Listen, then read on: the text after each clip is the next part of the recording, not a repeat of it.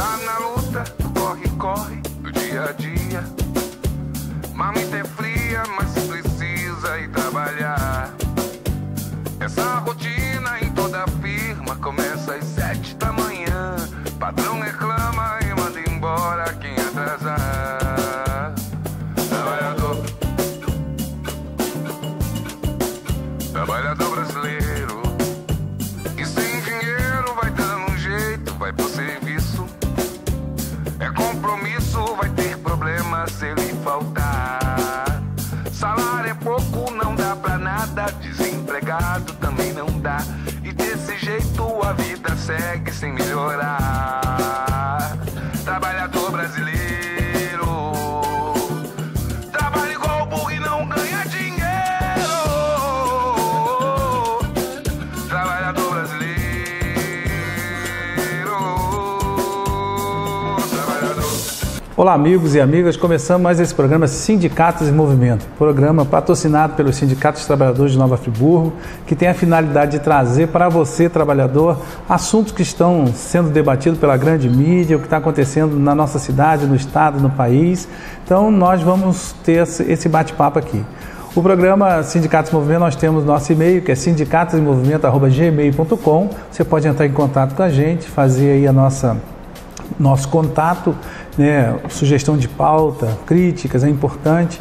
Nós temos também lá um canal no Facebook, é Sindicatos em Movimento, onde você assiste a reprise dos nossos programas, né, no Facebook e também no YouTube. Você pode assistir lá a reprise do nosso programa.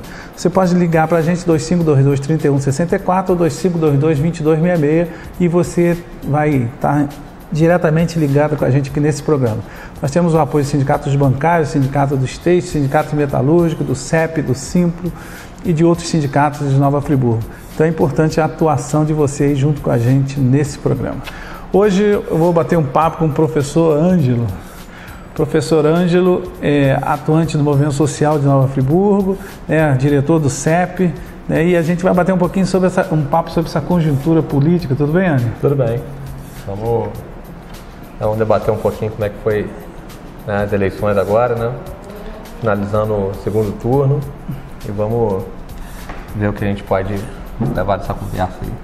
Então tá bom, Angela, é o seguinte, a gente tem, e tá muito em voga agora, é o seguinte, nós tivemos a eleição de primeiro turno. A eleição de primeiro turno é uma eleição que todo mundo apresenta suas propostas, e eu acho legal quando vai para o segundo turno que define uma proposta Y e uma proposta X. No Rio de Janeiro, especificamente, Friburgo não tem segundo turno, né? Friburgo não tem segundo turno. Aqui o candidato Renato Bravo ganhou a eleição e eu vi outro dia, que é bacana a gente pensar nisso também, o Renato Bravo foi eleito com 27% dos votos válidos. Mas se colocar em consideração ao voto total de votos de Nova Friburgo, o Renato Bravo foi eleito em Friburgo com 19, alguma coisa por cento dos votos. É muito pouca representatividade no que diz respeito ao tamanho da cidade, né? A gente tem que fazer uma discussão bacana isso com a sociedade sobre essa questão do voto e, ao mesmo tempo, se não caberia também um segundo turno para que as pessoas conversassem mais sobre as propostas, né? Acho que a gente tem foca em Friburgo, mas a gente tem que ver que a crise de representatividade é nacional, né? A crise de representatividade, tanto no primeiro como no segundo turno, a gente teve um alto número de abstenções, um alto número de votos nulos, brancos, né? Eu acho que esse é reflexo que a gente necessita urgente de uma reforma política, né? A gente tem a necessidade de uma reforma política hoje, uma reforma política ser debatida na base, né? Seja por consultas de plebiscito, seja com discussões nas diversas esferas sociais. A gente não pode ter uma reforma política como foi iniciada, principalmente lá no governo, quando o Cunha era presidente da Câmara, que vem de cima para baixo. Tem que discutir com a população. Se você quer representatividade, você tem que discutir com a população. Porque você viu mesmo, você, telespectador, você viu na eleição que mudou algumas coisas. Por exemplo, a eleição, a questão da publicidade, algumas ações que foram chamadas de uma mini reforma eleitoral, que na realidade foram feitas algumas alterações para prejudicar principalmente os partidos com menos representatividade, os partidos menores. Não é isso que o Ângelo está colocando, é uma reforma política. Discutiu a fórmula, a questão da ação política partidária, porque existe hoje uma proposta no Congresso Nacional que é muito perigosa de restringir a atuação político-partidária em 9 partidos. E como que vai se dar isso, né? Hoje, no espectro ideológico, como é que você vai começar a juntar complicado. isso? Assim, você quer resolver uma crise de representatividade acabando com a pluralidade, onde a democracia deveria privilegiar a pluralidade de ideias, de concepções. Você vai, pelo contrário, você vai restringir. Isso não é questão de você vai resolver a questão você não vai resolver a questão da representatividade, pelo contrário. Assim, como prognóstico, a gente poderia falar que você vai diminuir, né, a pluralidade, que seria uma essência da democracia. Uma pesquisa recente diz que a população do país, só 7% confia nos partidos. 7%. Se você pegar de 100, 7% confia ou acredita no partido. O restante não quer saber de partido, não quer saber de... Vide esse tão grande número de abstenção e votos nulos. Porque os partidos hoje, infelizmente, na sua grande maioria, são partidos de aluguéis, partidos que não têm esse espectro ideológico, ele não privilegia essa questão. Eu acho que uma questão que deve ser debatida, e nunca foi aprofundada no âmbito político brasileiro, é entender que quando a gente vota no partido. Que a gente tem quase, a gente vai entrar na questão do Estado laico, a gente tem quase uma questão messiânica de vai chegar alguém que vai nos salvar, né, seja na esfera federal, estadual, municipal, e a gente sabe que a questão política não se resolve assim. Não tem um Messias, não tem um iluminado, não tem alguém... Isso é uma construção feita dentro das esferas das instituições políticas, dentre elas os partidos, sindicatos, partidos, associação de moradores. É importante a gente mostrar para a população que a política está nessas instituições, a política é feita por essas instituições. Porque passa a ser essa sensação de que alguém vai ser o salvador da pátria. Né? E tem aquele cara que fala assim, eu odeio política, né? Ele não faz a distinção entre política partidária, política eleitoral e a política do dia a dia que você desenvolve, né? Exatamente, a política é o nosso dia a dia. Né? Muitos falam que é a arte do convencimento, né? Eu até brinco com meus alunos quando vou dar exemplo, né? Falo casal de namorado, o cara quer jogar futebol no final de semana, né? A menina quer ir no cinema, você foi para o cinema, te convenceu, então você tem um envolvimento, né? Tem a questão do convencimento, tem a questão de você atuar politicamente no seu dia a dia, não precisa necessariamente estar na esfera do partido, você pode fazer política em diversas instituições, né? E isso muitas vezes a população não diferencia isso daí, tem uma rejeição pelo partido e acha que tem uma rejeição pela política, quando na verdade a política está no seu cotidiano. Aí, falando nesse aspecto, a gente faz uma análise do que aconteceu agora no segundo turno na eleição no Rio de Janeiro, na cidade do Rio de Janeiro, onde tinha 2 projetos claros, né? O projeto capitaneado pelo Marcelo Crivella e 2 Marcelo, e outro pelo Marcelo Freixo. O Marcelo Freixo vindo de uma linha progressista, uma linha de esquerda, uma linha de representação de direitos humanos.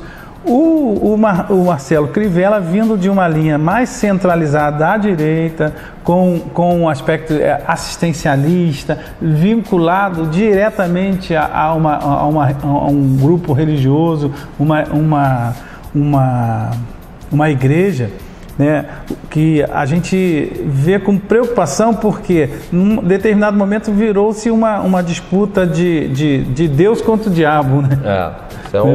Isso é um problema que mais me chama a atenção. Em 2000, né, no núcleo de antropologia da UERJ, a gente trabalhava muito com a questão do Estado e política, do Estado e religião, ou política e religião. Então a gente tem o que mais me assustou, apesar de, né, meu campo não ser o da direita, o que mais me assustou é o fundamento do discurso. O fundamento que não foi só no Rio de Janeiro, mas lógico, quando foi o segundo turno, aquela polarização que a gente falou, então apareceu mais, né, aquele discurso da família, a importância, né, da questão religiosa dentro da questão política, né, e a gente tem que, né, pensar um pouco que assim, a gente que é defensor do Estado laico, né, eu pelo menos me incluo nessa militância pelo Estado laico, a gente tem que deixar bem claro que o Estado laico não é um Estado antirreligioso. Tá? O Estado laico é o Estado que respeita a pluralidade religiosa, por respeitar a pluralidade religiosa das diversas religiões, né, segue o princípio da isonomia, que deve ser tratada da mesma forma, né, e não devem, né, serem concebidos no âmbito privado, não no âmbito público. A gente tem um problema muito grande que a gente pode desenvolver depois, que as pessoas falam, deixar bem claro que a Universal ela tem um trajeto de poder. Quem não tem? A pergunta é quem não tem. Quem não tem. Todos nós temos, né? Que é ligado a algum movimento, que ele pode ser ligado a partido, onde for, a gente tem um projeto de poder. O problema é quando a gente faz o projeto de poder em cima de dogmas. É verdade. E você vê, por exemplo, no Rio de Janeiro, ficou bem claro isso, quando nos embates da mídia, eu via na grande mídia, a grande mídia tinha a hora que a Veja batia no Marcelo Crivella e assoprava o Marcelo Freixo. Na realidade, o projeto Marcelo Freixo tem nada a ver com o projeto defendido pela Veja e pelas organizações Globo. O que estava por trás daquilo é um projeto de poder de dominação da grande mídia. Da grande mídia, né? Não é verdade? Uma questão, a Igreja Universal, ao comprar a Record, né, teve um acesso aos meios de comunicação que isso também deveria ser regulado. Né, porque é o Estado que regula, né, tanto a concessão da Globo também teria que ser revista, né, todas essas concessões de televisão, rádio, né, ela deveria ser regulada de uma forma melhor. Não é censura, é uma regulação. Tem uma democratizar, né? Democratizar os meios de comunicação. Né? Então quando a gente fala no dogma, que às vezes a gente discute, né? A gente tem nosso nicho, chamado assim, nosso nicho político, meu na questão sindicato, né? A gente tem nosso nicho político. Então não tem problema nenhum a pessoa religiosa fazer política. Né? De forma nenhuma, pelo contrário, se a gente está defendendo a democracia, o problema é quando a gente começa a fazer construção de projetos políticos em cima dos dogmas religiosos, porque isso não tem discussão, ou você acredita ou não.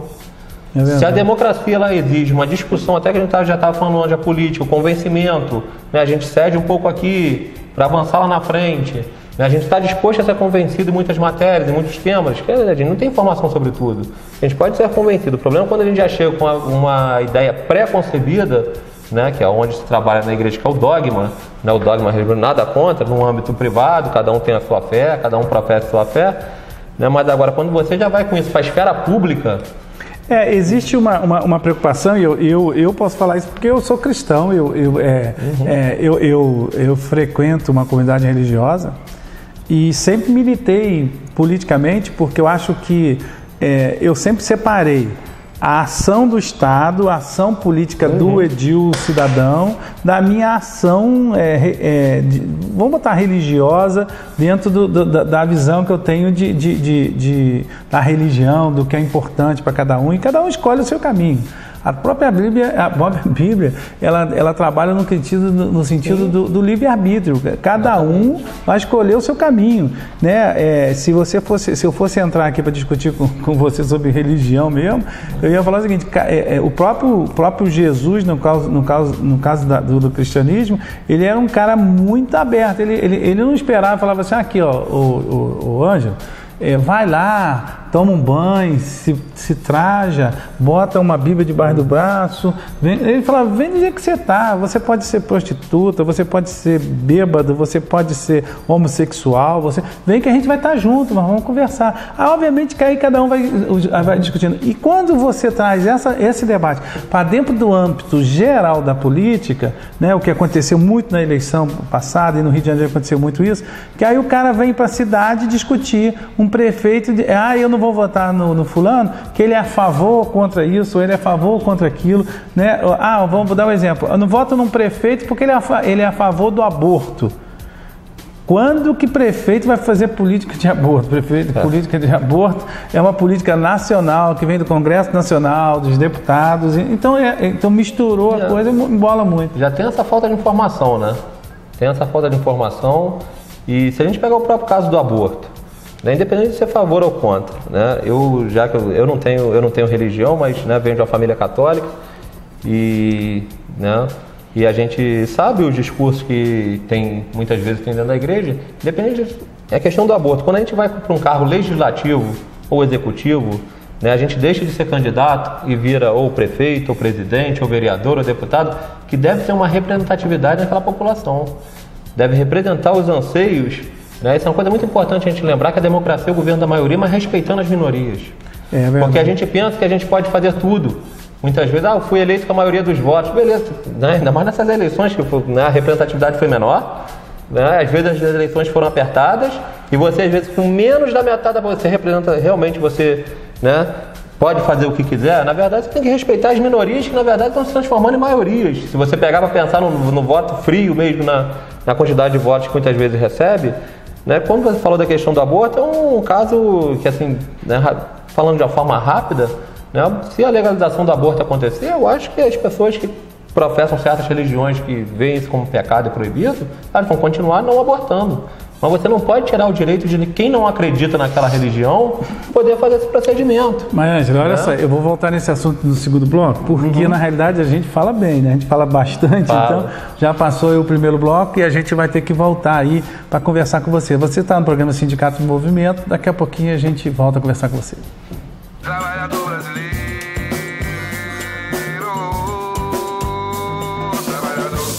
O Sindicato dos Trabalhadores da Construção Civil do Centro-Norte Fluminense, com sede em Cordeiro, na Rua Padre André Boaventura 19, Centro. Telefone 2521-1212 e em Nova Friburgo, na Rua Aristão Pinto 91, Centro. Telefone 2528-7314. Oferece para você, trabalhador da construção civil, atendimento médico, odontológico, jurídico e muito mais. Venha nos fazer uma visita. Sindicato dos Trabalhadores da Construção Civil, há 80 anos lutando pelos seus direitos. Juntos, somos muito mais fortes. Não fique só, fique sócio, sindicalize-se. Trabalhador brasileiro.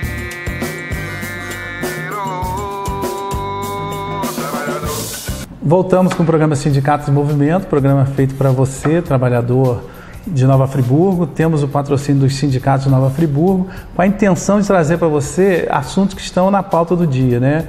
Nós temos diversos assuntos e nesse programa eu estou especificamente conversando com o Ângelo, que é o professor Ângelo, que sobre a conjuntura, sobre essa questão da mistura, né, um pouco dessa mistura de política, religião, dos dogmas, eles às vezes se sobrepondo a outros assuntos que não deveriam estar dentro do processo, e a gente está batendo um papo. Né? Nosso telefone é 2522-3164, nosso e-mail é sindicatosdemovimento@gmail.com. Você pode também ver a reprise do nosso programa lá no YouTube, nós temos um canal Sindicatos em Movimento, ou também no nosso Facebook. É bacana você assistir, você ouvir e dar sugestões. No primeiro bloco a gente falou um pouquinho sobre tudo que está acontecendo. Eleição, Rio, não é uma bagunça geral aqui, vamos tentando. E aí nós estávamos encerrando o primeiro bloco falando sobre a questão do aborto, e você estava colocando justamente a confusão que existe. Aí a gente pode exemplificar o aborto, porque o aborto é um tema que ele traz paixão. Porque às vezes o cara fala assim, eu sou contra o aborto, eu sou a favor do aborto. Ele não faz uma reflexão do que está por trás disso tudo. Vou exemplificar. Das mulheres que fazem aborto, 75% são católicas. Então é importante lembrar você, também são católicos, professam uma religião, se dizem cristã, mas na sua grande maioria são católicas que abortam. Outra questão também, na área evangélica, se eu não me engano, 25% das mulheres evangélicas também já abortaram ou abortam. Então significa o quê? Dentro da própria religião está faltando um trabalho de conscientização no que diz respeito à situação do aborto. E aí quando um partido, uma organização vem para a rua tentar defender e discutir essa questão do aborto, porque o aborto ele deixa de ser uma questão religiosa e passa a ser uma questão de saúde pública. Obviamente, porque, Ângelo, você sabe, gente que lida, né, nos colégios, a gente que lida no movimento social, sabe muito bem que a desinformação por parte das pessoas. E aí, o que acontece? Quando a menina ou o rapaz está namorando, e é natural, às vezes, quando não tem uma concepção religiosa por trás, que eles vão ter uma relação sexual desorientada, vamos botar assim, sem orientação, que ficam grávidas. Essa menina, às vezes, fica desesperada pela hipocrisia que existe na sociedade. Eu não posso contar para o meu pai, não posso contar para minha mãe, não posso contar para o meu tio, na escola eu vou ser discriminado. O que vai acontecer? Vai para aquelas práticas clandestinas de aborto, e muitas dessas meninas e mulheres estão morrendo porque ela não pode chegar no hospital e dizer assim, eu abortei, eu fiz isso. Ela vai tomar remédio, vai fazer isso, agulha, vai tomar um monte de prática. Então, a política de discussão da descriminalização do aborto é justamente uma política do Estado, e aí você, como cristão, eu, por exemplo, sou contra o aborto. Eu sou contra o aborto por princípios. Agora, eu não posso negar que o Estado tem que ter uma política para desenvolver a ação do aborto quando acontecer, não é? É muito que a gente fala, assim, óbvio que eu não posso abortar, eu não sou mulher, mas assim, eu falo quando a gente entra nessa discussão, eu falo, eu não abortaria, eu acho um procedimento, né, pelo conhecimento que eu tenho da vida, experiência que eu não abortaria, porque é um procedimento muito evasivo na questão do corpo, a questão psicológica também, né? Tem todo um aparato em torno disso daí, tem toda uma problemática em torno disso daí. Mas eu não posso tolir o direito daquele que quer. E principalmente com fundamento religioso. Né? Se você entrar numa discussão com fundamento científico, né? com fundamentações de convencimento, mas que também estejam dispostas a serem convencidas, tudo bem. Né? Quando você vai fazer uma política pública, né? Você bota a sua tese, mas ela pode ser refutada e você pode ser convencido. Agora, quando você trabalha em tema de dogma, fala é pecado e acabou, não tem como a gente discutir. Porque eu tenho uma visão, e eu sou cristão, e eu falo isso com muita propriedade. Meus filhos são trabalhados, eu trabalho com meus filhos no sentido do respeito à vida, de quanto ao aborto, mas não necessariamente quando você fala de respeito à vida significa que você é a favor ou contra o aborto. E aí, o que acontece? Que você vê muitas vezes, o cara fala assim, eu sou contra o aborto. Mas aí o cara fala assim, vou dar um exemplo concreto que eu vejo muitos falando assim, eu sou contra o aborto, que eu tenho que defender a vida.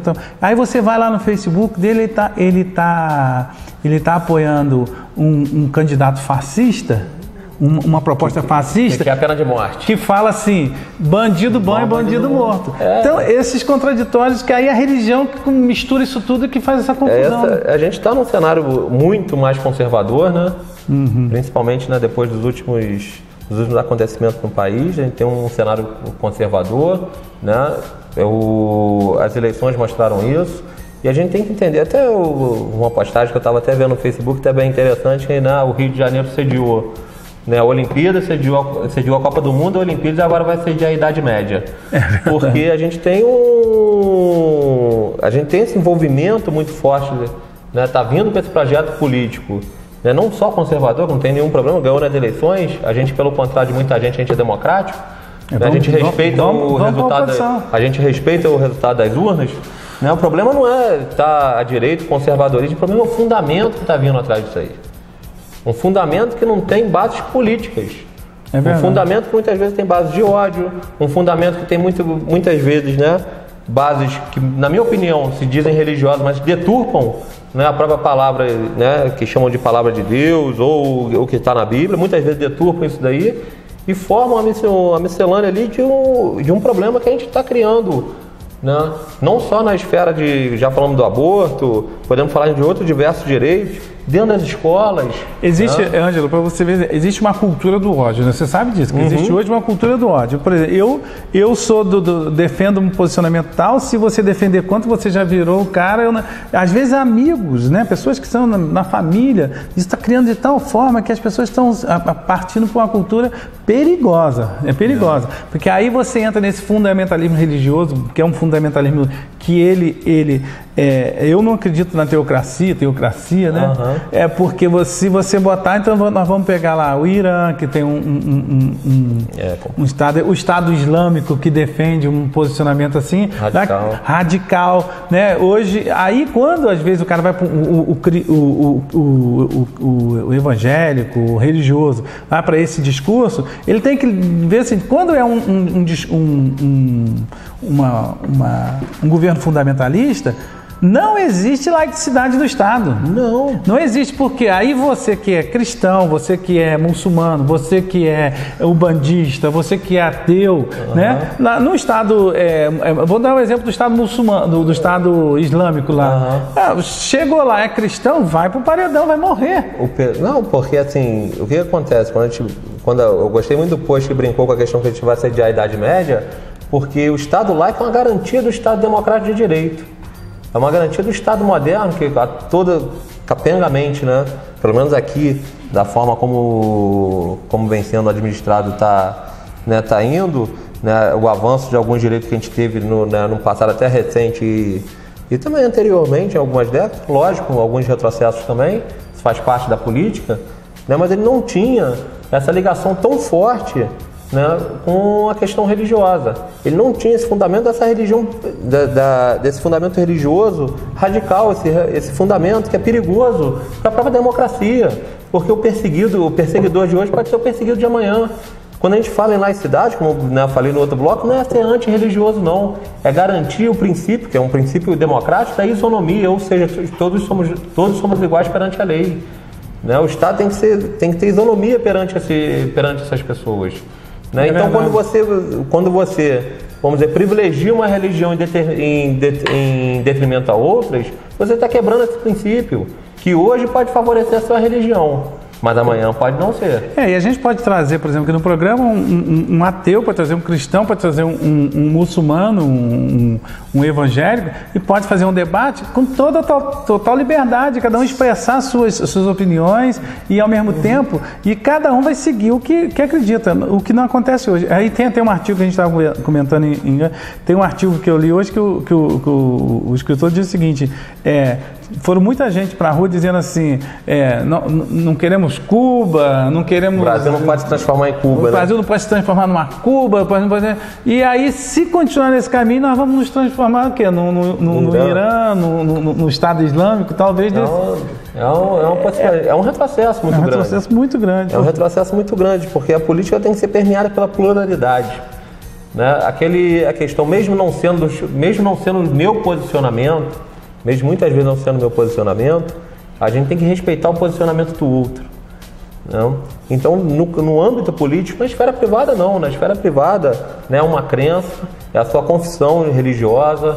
Né? É direito.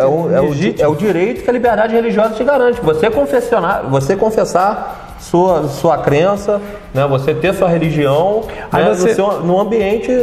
No ambiente propício a ela. Aí você vê como que a coisa vai se complicando, que aí existe um grupo no Congresso que apresenta um projeto chamado Estado Sem Partido, a Escola Sem Partido. A Escola Sem Partido, que tem um fundo religioso. O projeto é um fundo religioso. Quando fala que é um fundo ideológico, tem um fundo ideológico, porque na realidade eu entendo que a escola é como se fosse uma janela aberta para que as pessoas consigam enxergar o mundo de outra forma. Você trabalhar, a gente vindo para cá, a gente viu, encontramos jovens, né, que a gente foi só falar, tá jogando lixo no chão, nós fomos agredidos, né, de forma que sem educação nenhuma e sem visão de mundo, porque à medida que a escola tem que trabalhar isso, se você jogar o lixo na rua, você não está prejudicando a você, está prejudicando o conjunto todo. Então, isso ali, a escola pode trabalhar diversos aspectos que vai fazer com que o cidadão ele possa ser um cidadão consequente, consciente. E aí o projeto Escola Sem Partido, ele vem com esse fundo ideológico, também um fundo religioso muito importante. Olha a problemática que você encontra, aonde você deveria ter a pluralidade de ideias, mais uma vez que respeita o princípio democrático, a pluralidade de ideias dentro de uma escola, você quer impor uma ideia. Isso não é novo. Né, em 2000, no governo Garotinho. Né, no governo Garotinho, a gente teve, hoje a gente tem no estado do Rio, só no estado do Rio e na Bahia, tá? Ensino religioso nas escolas de forma confessional. Nada contra, tenho vários companheiros que trabalham com ensino religioso, aquela coisa toda. Né, a religião ela já faz parte do currículo de humanas. Por exemplo, eu dou aula de sociologia, não tem muitas vezes como não falar, né, da reforma protestante, né? Não tem como falar o cara de história das cruzadas. Você poderia abordar o fenômeno religioso de uma forma até fenomenológica, de você, né, estudar profundamente as questões, os princípios religiosos, e aí que seja, ou de uma forma ecumênica, tá? Mas no governo Garotinho foi aprovado, né, estamos falando de algum tempo no estado do Rio, de forma confessional. Ou seja, se você falar que você é evangélico, você vai ter, né, você tem que ter um professor que professe essa confissão. Você falar que é católico, tem que ter um professor. Lógico que isso na prática não é feito, né? Porque não é difícil para todo mundo. Aí que tá. As grandes religiões conseguiram, até porque foram a força na bancada para aprovar esse projeto, que a gente chama de bancada católica e bancada evangélica, fizeram força para aprovar esse projeto porque tem organização para fazer isso. O cúmulo do projeto é ainda, se você passa no concurso, você ainda tem que ter uma aprovação da sua confissão religiosa. Ou seja, que estado laico é esse? É verdade. Que estado laico é esse? Aí quando você falou que vem, né, nessa Escola Sem Partido, a gente começa a pensar no tal do notório saber. Quem que tem esse notório saber? para dar essa aula essa aula sobre religião? Quem tem esse notório saber? Quem que vai dar esse aval? Porque se você está numa escola, uma escola particular com confissão. Exatamente. Você bota seu filho naquela escola. Mas a escola particular tem essa função. Agora, a escola pública, ela tem que te dizer o seguinte: você como professor de sociologia, né, você vai dizer assim, existe essa e essa religião, a visão dessa e essa, você não vai direcionar o aluno para determinado tipo de assim, até porque você tem que abrir de fato a janela para que ele possa, aí sim é um papel da religião e é um papel das igrejas, do movimento que se diz religioso, trabalhar na sociedade as suas propostas, né? Agora, usar o Estado para fazer isso? Não dá, aí que tá. Mas nós não temos essa laxicidade nunca. E a gente não pode pensar... A gente não pode pensar que é por acaso, é uma questão, né, quase a iluminação divina. Não foi. A gente está no Estado, a gente tem que lembrar isso, a gente está no Estado onde temos o maior número de evangélicos, né, no Brasil, e ao mesmo tempo tem o maior número de pessoas que se dizem sem religião.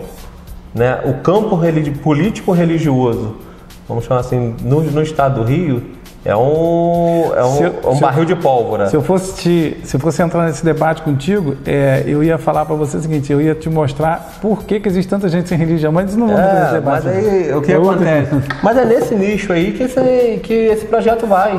É nesse nicho que você chegar para o aluno, né, e falar, você chegar, e tudo bem que é opcional, mas você chegar e falar qual confissão religiosa você pertence.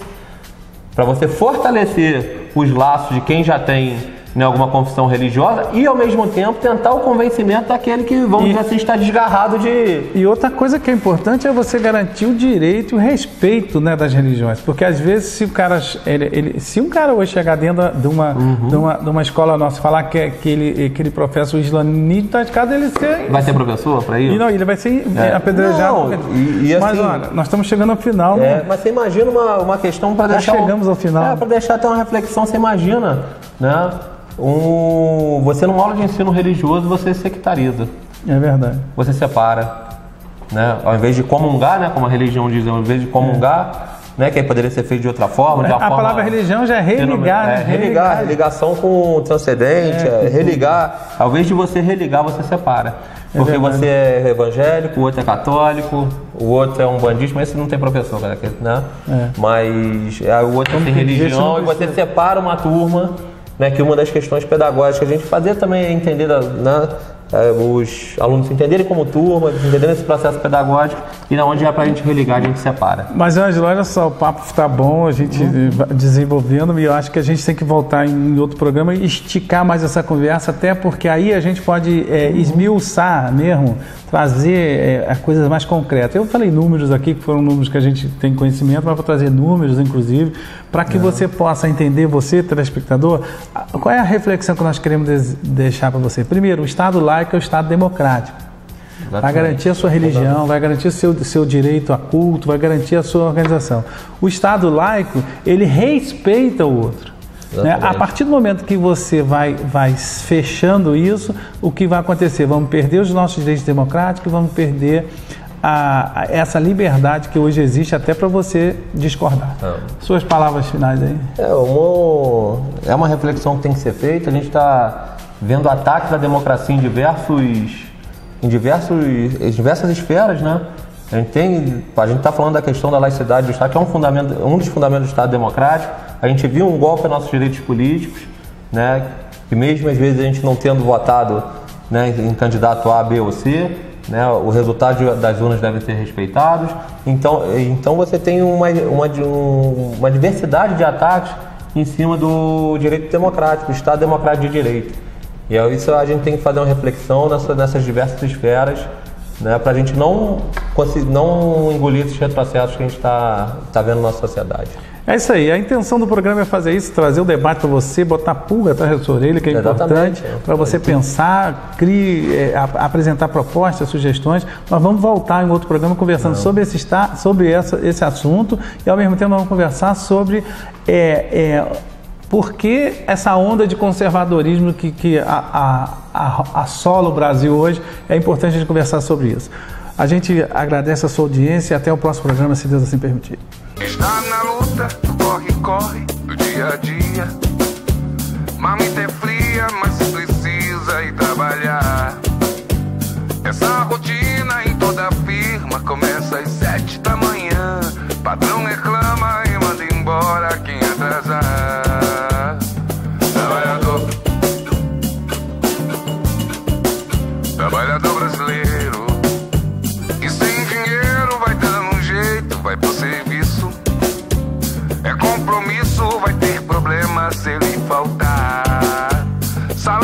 troco não dá pra nada, desempregado também não dá. E desse jeito a vida segue sem melhorar.